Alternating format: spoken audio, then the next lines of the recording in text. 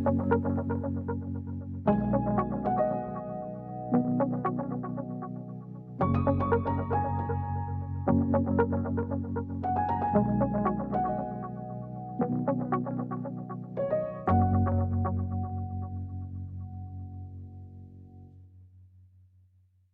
to be at Amisfield today to taste through some of the recent wines, new releases, and I think we're going to look at some one older Pinot just to show how that's aging. But I'll let the guys introduce themselves. Hi, I'm Olivia. I'm the Sales and Marketing Manager for Amisfield. I've been with Amisfield about 20 years now. Hi, my name's Sam Davies. I'm the Chief Winemaker.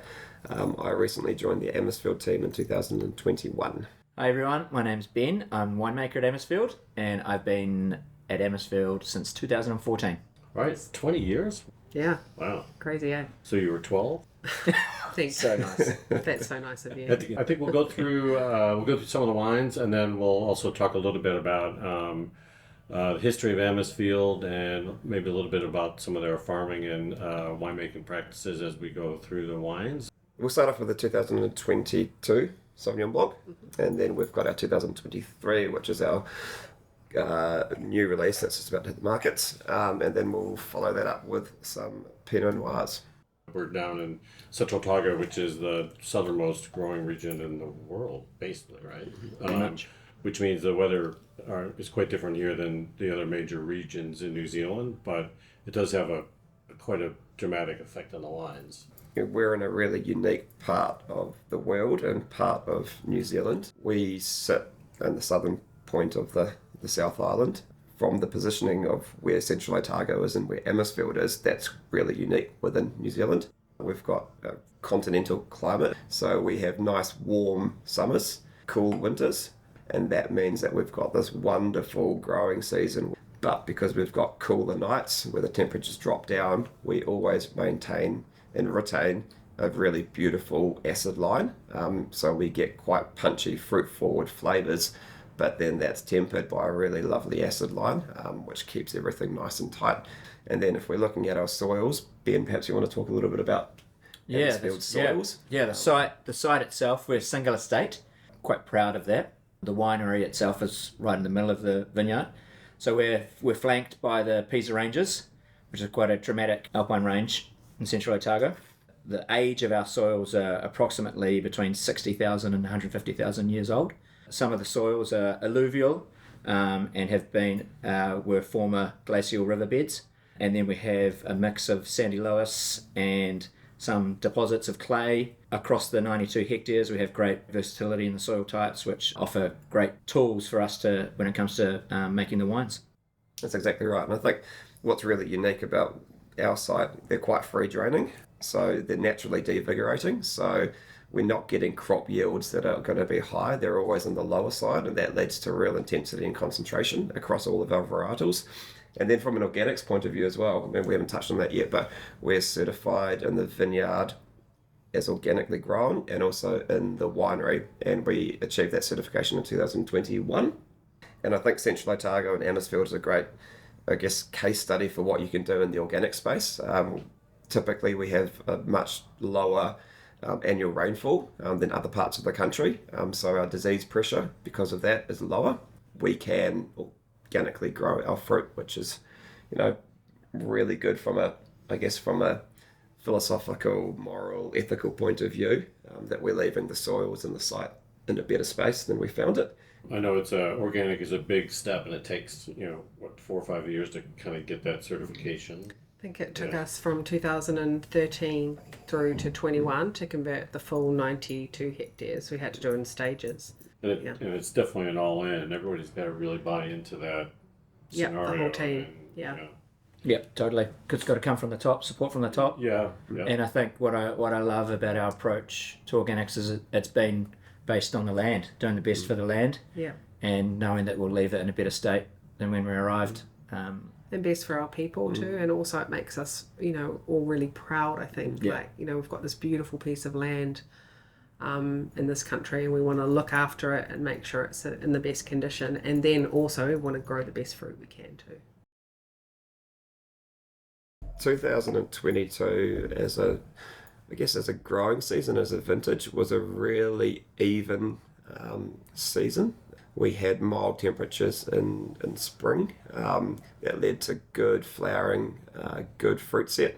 We had nice timely amounts of rainfall, but the heat summation and the growing degree days were on the slightly higher side, but not high. So we had a nice warm season with good yields, great fruit set, strong canopies. I think we tend to look at the 2022 vintage as a across the wines as a season where they made themselves, where the fruit came in really, really clean, with good concentration, good acidity. We didn't have to do too much in the winery. We were able just to pick at the right time, bring it in, gently chaperone it into where it needed to be. Yeah, we're not forcing, it's chaperoning in this instance. And for us, we see a really lovely edge where you've got ripe tropical fruits coming through. You've got that crunchy passion fruit pulp and almost seed that's really pungent and that really stands out. But then we also see a nice minerality that comes through from the wine. There's a salivating edge to it. There's juiciness, there's texture. So this is fermented predominantly in stainless steel tanks, but there is a barrel fermented component as well. So we're able to add in a little bit of complexity and texture that comes through from that barrel component. So the end result is a wine that's varietally very pure, unmistakably New Zealand Sauvignon Blanc, but unmistakably Central Otago and Amisfield Sauvignon Blanc. Yeah, it's a little bit of an evolution from that classic New Zealand Sauvignon Blanc, but you definitely lift it up and go, that's a New Zealand wine. You can tell straight away. I think it's got quite a point of difference, especially with that minerality. You're one of the largest or the largest producers of Sauvignon Blanc in Central Otago, is that? Yeah, by a long way. Yeah, 12 hectares. Yep. Amisfield's quite unique in the fact that you guys have so much Sauvignon Blanc. Yeah, we have quite a decent white wine portfolio in general, whereas Central Otago is predominantly a Pinot Noir growing region, and probably around about 80% of the planting here is Pinot Noir. And there's around about 40 hectares. Is it 40 hectares of Sauvignon Blanc in total planted in Central? We have 12. And you have 12. Who else do you think would, from Central Otago, would be exporting Sauvignon Blanc into the U.S.? Anyone? I don't think anybody really, and definitely not on the scale that we are. Yeah, so I mean, it's definitely such a point of difference. Yeah, I think Isn't that it? that tropical, that passion fruit backbone with the the white flowers and that florality, along with that really solid juicy finish. I think it's set where, like, for me, it's quite different to, say, Sauvignon Blanc from north of Central Otago, especially that tropical edge. Yeah, it's got nice weight, nice balance, Yeah. very clean, good transition. Yes, it's tasting lovely. So the difference between 22 and 23? Sourced from the same, I guess, two blocks that we have. 23, I think, as a season, was shaping up to be a warmer season compared to 2022. Again, spring was nice and even with warm temperatures, not too much rainfall, not too much wind. So the fruit set was good again. But what we did see was that we were tracking quite a bit higher in terms of the growing degree days and the heat accumulation throughout that season. So irrigation was an important facet of that growing season, which was managed really well. And then what we thought was going to be early picking because of that warmer season, actually the temperature and the weather just did like a complete 180. With that change in the weather, everything slowed down. Cool evenings, cool mornings, acid retention was fantastic, and we literally had to go out there into the vineyard and we were just picking fruit and looking for that ripeness and looking for that fruit, that Sauvignon Blanc, to be in the zone to pick. So it was actually quite a stop-start affair in terms of how we were picking, and that was great, from a winemaking point of view. That also meant that the winery was always really clean because we'd start picking Yeah, the picking crews would have been quite frustrated with 23 vintage, but Yeah. from our perspective, like little extra hang time and really being able to nailing that picking decision as opposed to the logistics of a warmer vintage where everything can ripen at the same time. It was kind of a nice change. That's it. I mean, 2022 and 2023 vintages, I think, they're beautiful vintages across all of the wines. Get it in the glass. This was bottled in September. And quantity-wise, roughly about the same? About the same, those two vintages. Okay, Yeah. good. Even more heightened, that crunchy. I like the passion fruit pit.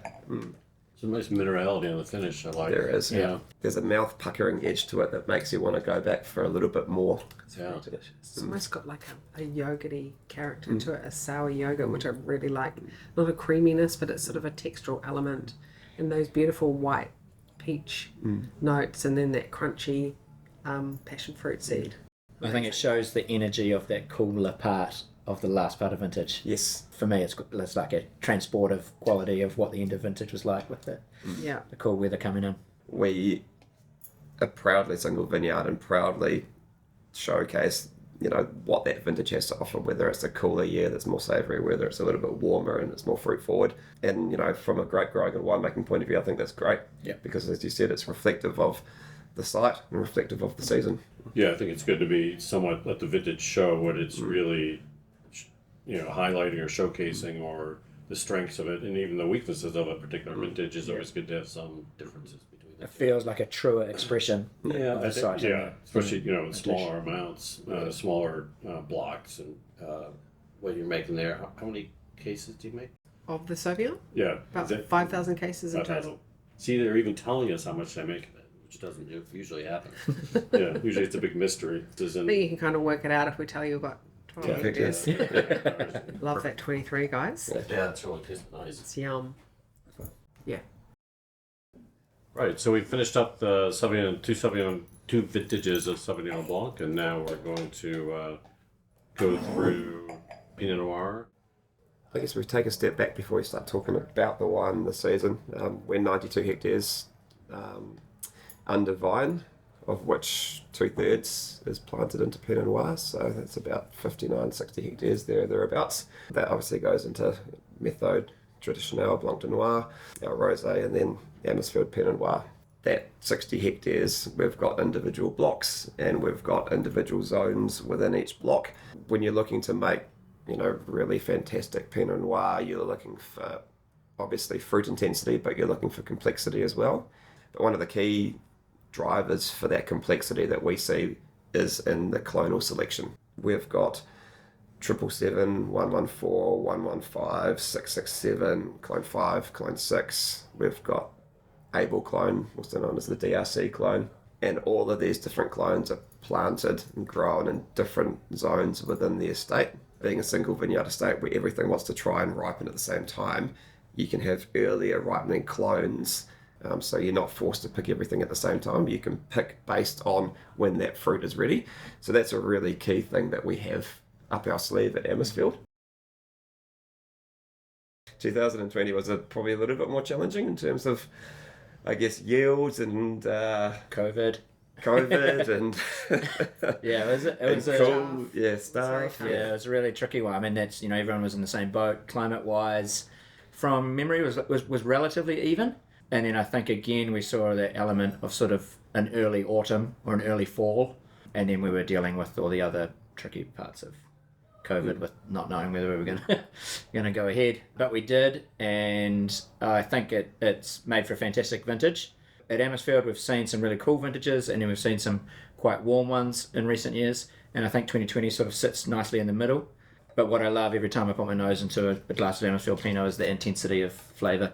One of the clones, Sam mentioned, 777, is known to be quite a juicy clone, and then coupled with a couple of other ones that are sort of spicy and show a bit more of a floral aspect. For me, this is another example of sort of bursting with flavour and energy on the nose and on the palate.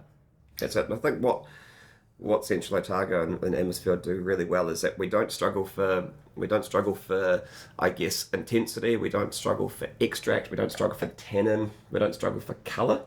So for us, the fun thing is to actually take your foot off the accelerator, pare things back, and just look at it from a more, I guess, refined look. So we won't work it too hard. We'll just let the fruit tell its story. What comes out is, something that's got lovely savouriness, wonderful tannin structure, good fruit intensity, but a spicy floral edge to it, and then complemented by smart use of oak that complements the site rather than riding over the top of it. If you taste Pinot Noir from the different regions in New Zealand, they're all quite unique. And So drilling down into what Amisfield is and our whole ethos and our whole story, and what we do in our restaurant and everything is all about telling this region's story, and in particular Pisa, where our vineyard is, telling the story of the season and telling the story of Pisa and being very true to that. A beautiful part of the world. Yeah. Very fortunate. We are. Very, very fortunate. Very lucky. Yeah. So that was the 2020. Yeah. So now we're going to taste the 21, which is the next vintage for you guys. It was a somewhat challenging vintage. There was disease pressure, there were frost events, the yields were down because of that. So whilst it was a challenging year for us, and there's no denying it, what we were able to achieve by being really smart and astute in terms of how we reacted and managed the situation meant that the fruit that came in, even if it was a little bit lower in yield, the quality was just A grade. Similar to 2020 in terms of slightly smaller berries, slightly thicker skins. So again, a little bit more savoury, a little bit more structural. I think it's a wine that you can lay down and it'll really sing in a few years, going on to 10 years probably, realistically. It was my first vintage, so thanks to Ben for making the wine and putting up with me. Ben, what do you reckon about that? I love cool our cool vintages. The intensity of the darker nature of the fruit is amazing. I love that sort of graphite edge to the nose, or that ferrous iron type quality. So I love that sort of savoury complex aspect to the wine. A lot of life left in it, without a doubt, but pretty cool. Great intensity. they're quite different. It's not that the flavor is quite different than the nose. Yeah. Whereas the 2020 was much more together. But I like it a lot. It's really nice. It almost has that sort of like Malbec or Cab Franc texture to it, like there's so much intensity. Yeah. But I think you're right, Robert, the combination of that sort of more savoury complex nose, I think it is matched with the fruit intensity, the darkness. All right. So then I think just as a probably just for us, we're going to drink an older. Because I'm sure it's going to be fantastic. So this is a 2014 Amisfield Pinot Noir. So we're currently pouring this in the restaurant. It's our vintage release.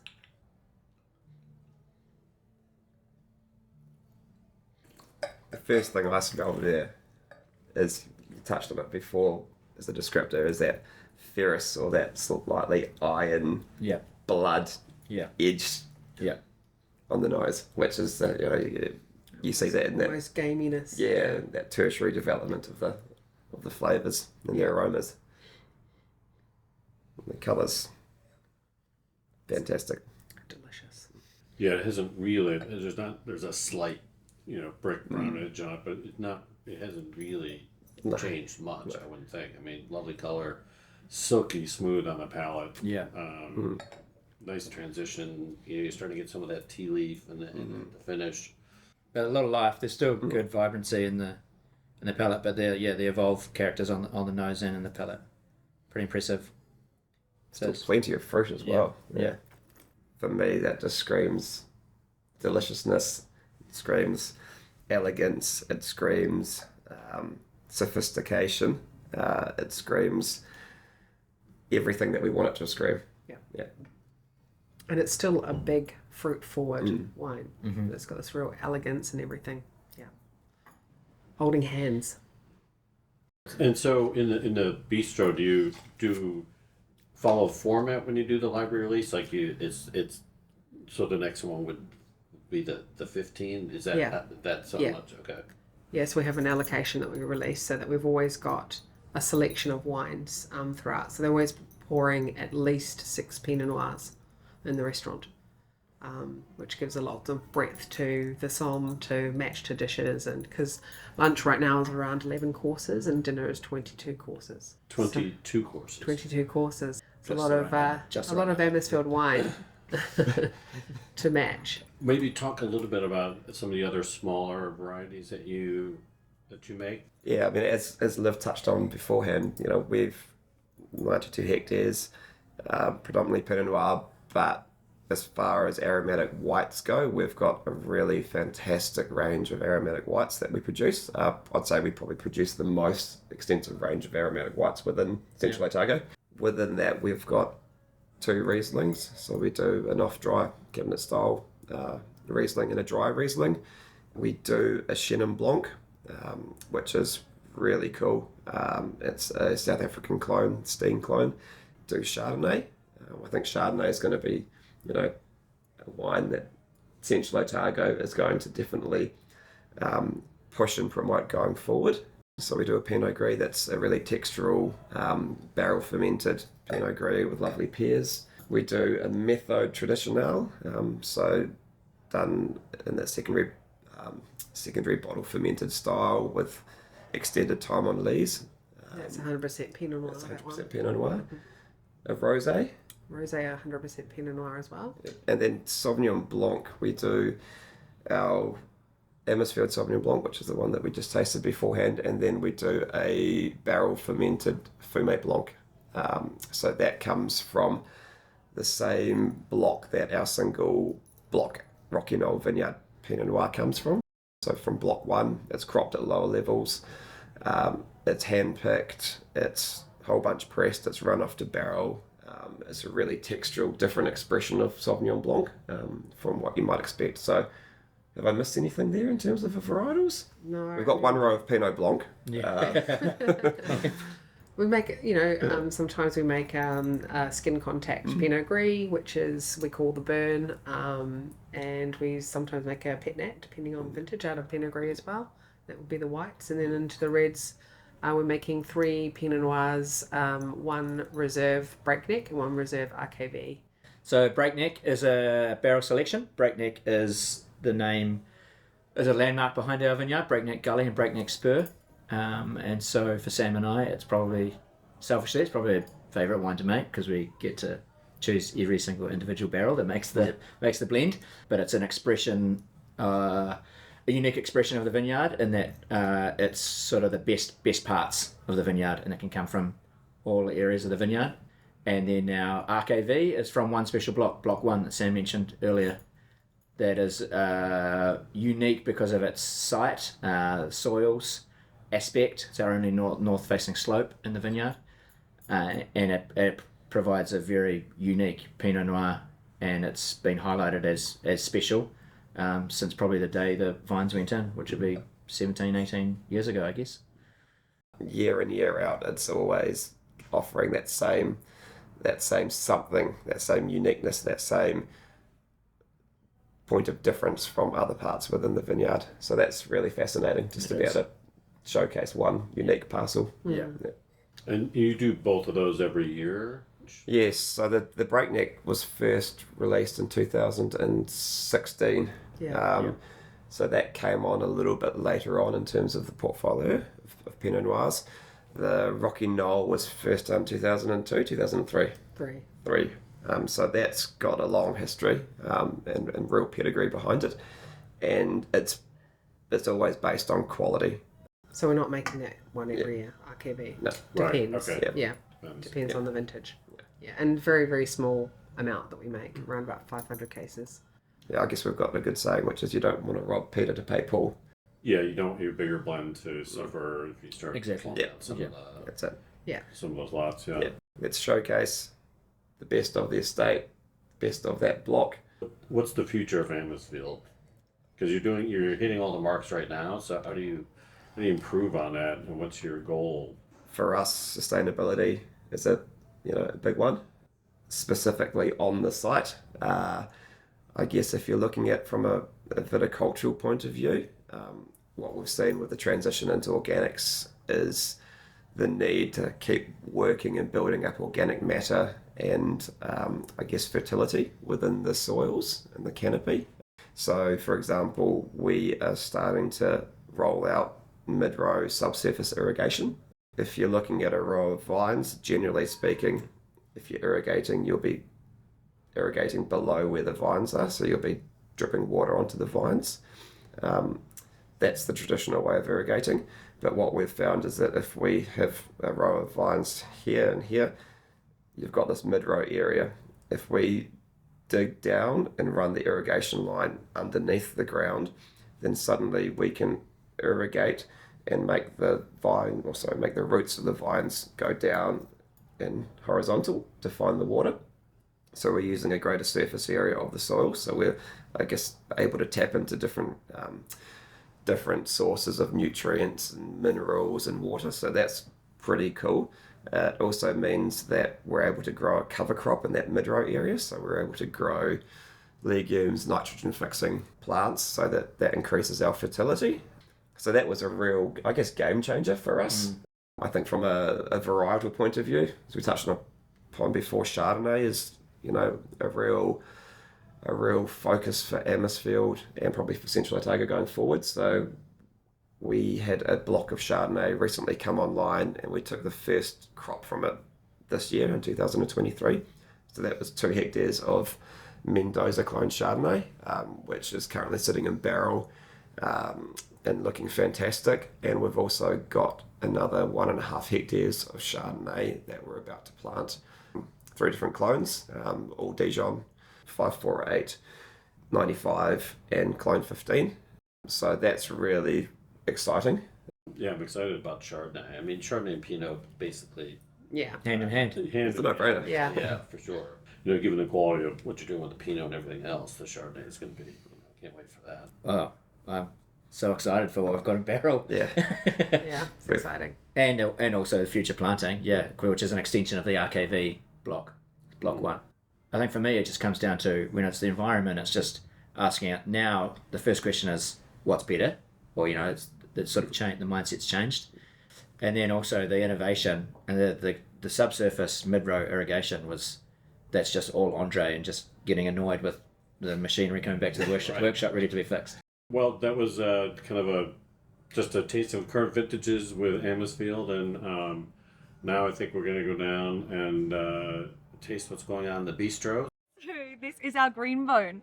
These fish often go by the name of butterfish, but we call them green bone because they're vegetarian fish. They feed entirely on kelp and algae, which in turn literally makes their bones bright green.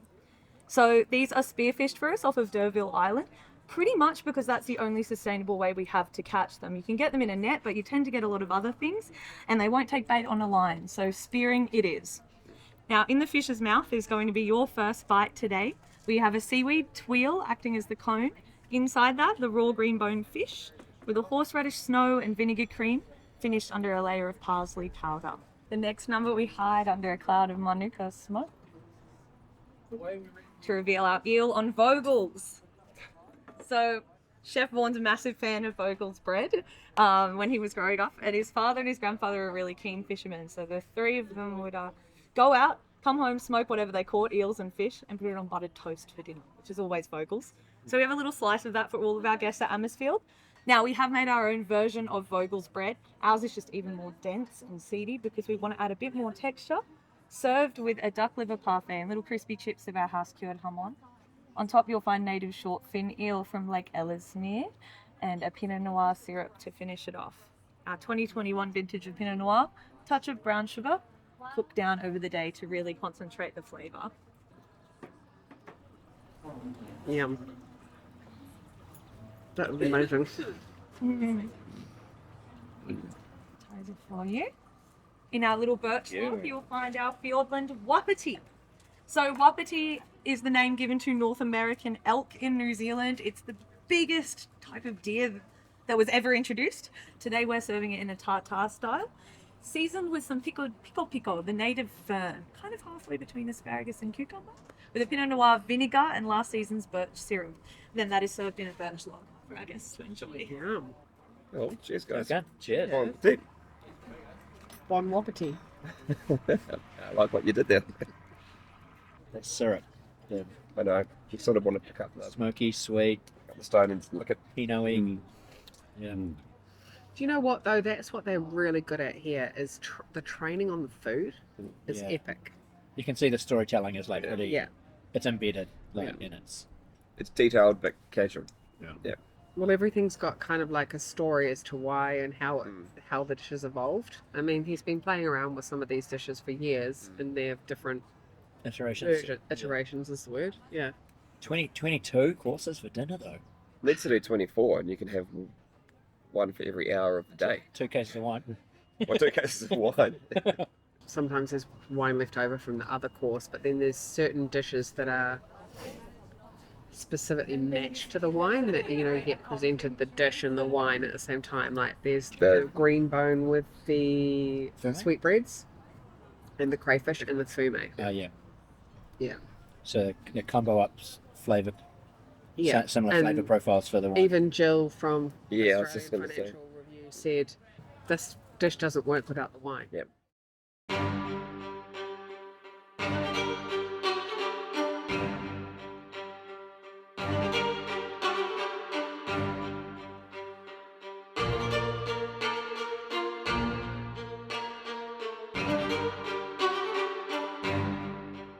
I think one of the unique things at Amisfield that we do here as the entire team, which includes the vineyard and the restaurant, is we all stick to the same ethos. We're strict in showcasing our values as well. We use a lot of wild game. We feel that it's natural, and to give the true flavour of what's around us. In Central Otago, that's the main product that we use on our menu. When we use a farmed animal here, it's always around us, and we have other rules, that it has to be a place where it's farmed in a huge area. The animal actually has to be butchered or taken care of where it is grown. And I think the purity and the flavor of those meats combined really kind of suit the lifestyle here. They suit what you want to give to the customer. It's kind of like really giving you Central Otago, but it relates so well to the wine. I mean, something special we do is we have this variety of an endemic ingredients of New Zealand that we capture, and then because we have so many different variables of our wine, organic, single hand, vineyard, family owned. It's not like no other place in the world where I can do so many different courses, capture the flavor, the purity of Otago, which relates so well. We don't give it a lot of effort. We keep it natural. We try to showcase the climate, the terroir, the flavor of the wine. And it's something that no one else really captures in the world, and we're so proud that we do it.